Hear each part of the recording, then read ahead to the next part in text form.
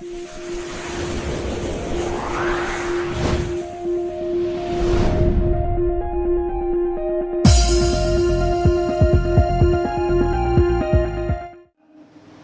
tidak punya kekuatan apa-apa. Ya. Itu sebabnya saudara, seorang anak kecil akan terus bagaimana?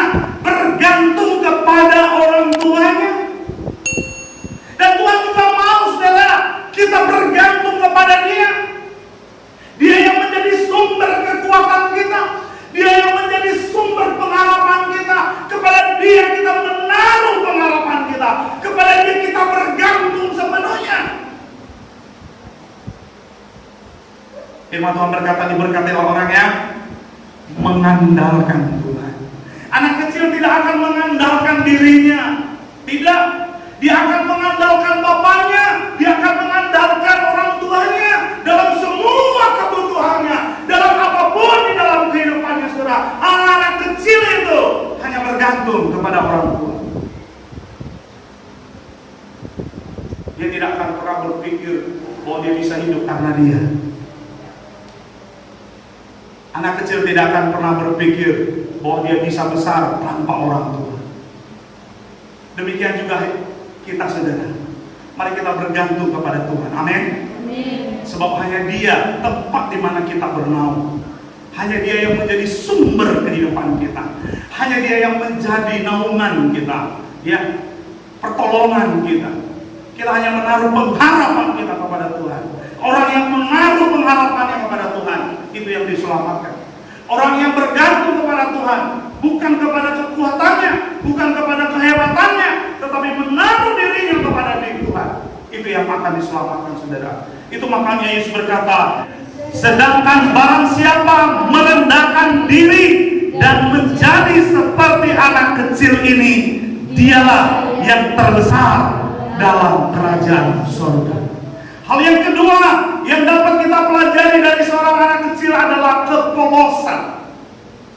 Anak kecil itu tidak ada ambisi, tidak ada kesombongan di dalam dirinya. Polos, ya, polos betul. Ya, beda dengan orang besar, beda dengan orang dewasa, seringkali berlaku munafik. Di dalam iman kita, Tuhan mau di sana dilekatkan kerendahan hati. Firman Tuhan berkata, barang siapa yang meninggikan diri akan direndahkan. Makanya Yesus berkata, barang siapa yang merendahkan diri seperti seorang anak kecil, dialah yang terbesar di kerajaan surga. Akan ada banyak orang, saudara, orang-orang yang sok rohani, orang-orang yang sudah merasa sudah hebat, sudah jago, akan datang dan menepuk dada di hadapan Tuhan dan berkata, Tuhan, bukankah aku?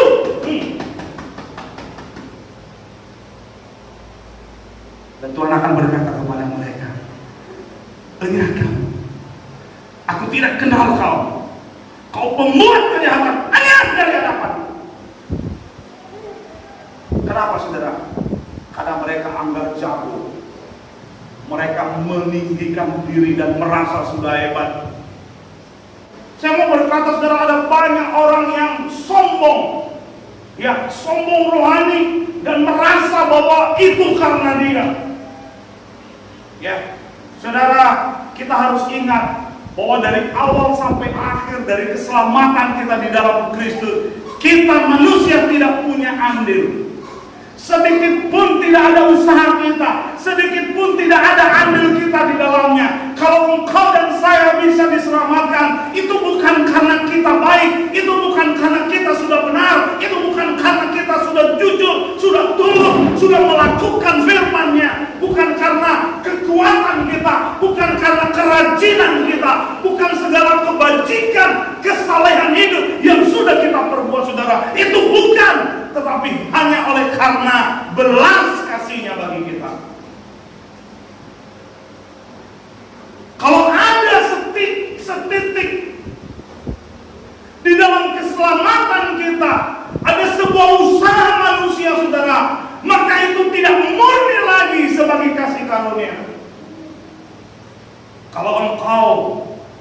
berkenan di hadapan Tuhan oleh karena kehidupan rohani. Itu oleh karena kegiatan-kegiatan rohani yang engkau telah perbuat, saudara. Maka engkau akan bermegah di hadapan Tuhan. Engkau akan berkata, Tuhan, itu karena aku. Kalau aku pun selamat, Tuhan, itu karena aku sudah rajin. Itu oleh karena apa? Perbuatanku. Dan itu adalah sebuah kesombongan di hadapan Tuhan. Itu sebuah kesombongan, saudara. Coba baca di dalam Matius pasal 7 ayat yang ke-22. Apa dikatakan di situ, saudara? Apa dikatakan di situ? Pada hari terakhir. Kita baca 2-3 ya. Pada hari terakhir banyak orang akan berkata, Tuhan, bukankah kami berbuat demi nama-Mu dan mengusir setan demi nama-Mu dan mengadakan banyak mujizat demi nama-Mu juga? Ya. Pada hari terakhir akan ada banyak orang berseru dan berkata kepada Yesus, Tuhan, bukankah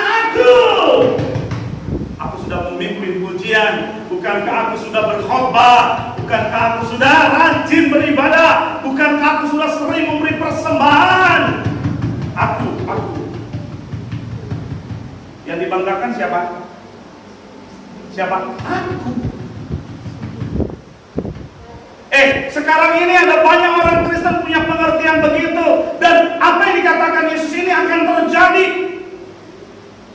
Akan terjadi di hadapannya nanti. Ketika tiba waktu penghakiman, orang-orang akan ada di hadapan Dia dan berkata, Hei Tuhan, itu karena aku.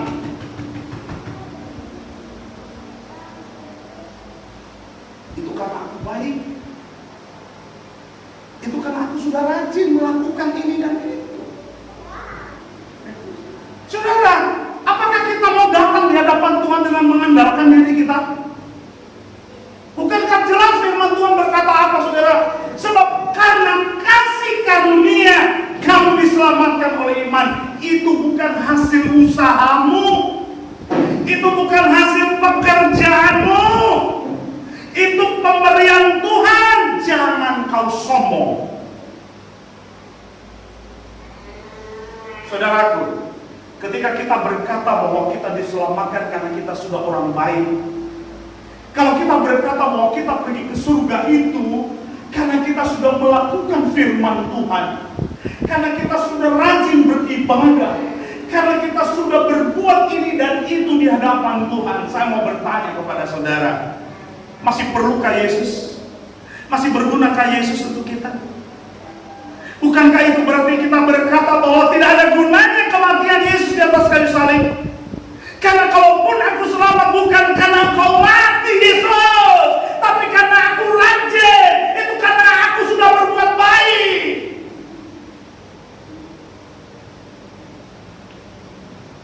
Itu satu kesombongan ya teman. Satu kesombongan. Saya tidak tahu dari mana asal muasalnya ini, saudara. Ini masuk di dalam ajaran kekristenan kita.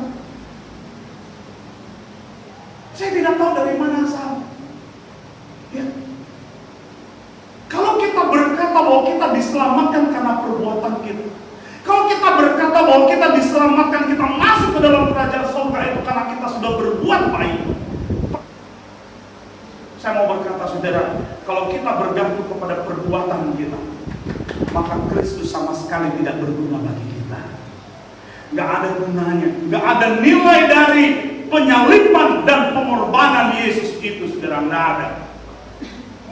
Gak berguna sama sekali buat kita, saudara. Kenapa? Karena kita bukan bergantung kepada kebaikan Yesus, kita bukan bergantung kepada pengorbanan Yesus, tetapi kita mengandalkan diri kita. Anak kecil, seperti tadi saya katakan, dia lemah. Anak kecil, dia tidak punya kekuatan. Dia tidak akan sombong. Dia tidak akan merasa hebat. Bahkan dia tidak akan ada ambisi, saudara. Anak kecil itu polos. Anak kecil itu sangat rendah hati. Dan anak kecil itu hanya akan bergantung kepada siapa? Kepada orang tuanya. Lihatlah anak kecil itu, lihat si Nora. Kira-kira apa yang bisa dilakukan Nora? Coba berdiri aja dia nggak bisa. Coba apa yang bisa dilakukan? Makan aja dia nggak bisa, apalagi cari makan. Suruh kerja itu coba suruh kerja. Ya kan? Ya. Coba besok si Nora disuruh nyapu. Kira-kira bisa? Jangankan kerja, makan aja disuapi. Kalau nggak dikasih di mulutnya nggak makan dia. Jadi dia nggak punya kekuatan apa-apa, lemah. Dia benar-benar bergantung kepada orang tua. Dan Tuhan mau juga kita hanya bergantung kepada Dia, bukan kepada kekuatan kita, saudara. Sebab kita ini manusia lemah, kita tidak mungkin dengan kekuatan kita. Jangan pernah kita sombong. Orang yang berkata di dalam dirinya bahwa dia bisa, saya mau berkata dalam orang aku dia dapat Tuhan. Hati-hati dengan pede. Ketika engkau berkata saya percaya diri, maka engkau tidak percaya Tuhan. Saya mau berkata kepadamu, itu cara berpikir dunia. Ketika engkau berkata bahwa engkau bisa, engkau percaya kepada dirimu, saya mau berkata engkau tidak akan bergantung kepada Tuhan, saudara. Tetapi engkau akan bergantung kepada kemampuan berpikirmu. Dan engkau tidak akan menaruh dirimu di bawah tangan Tuhan dan berkata, Tuhan tolong aku. Engkau tidak akan ada di kerajaannya. Engkau tidak akan ada di sana.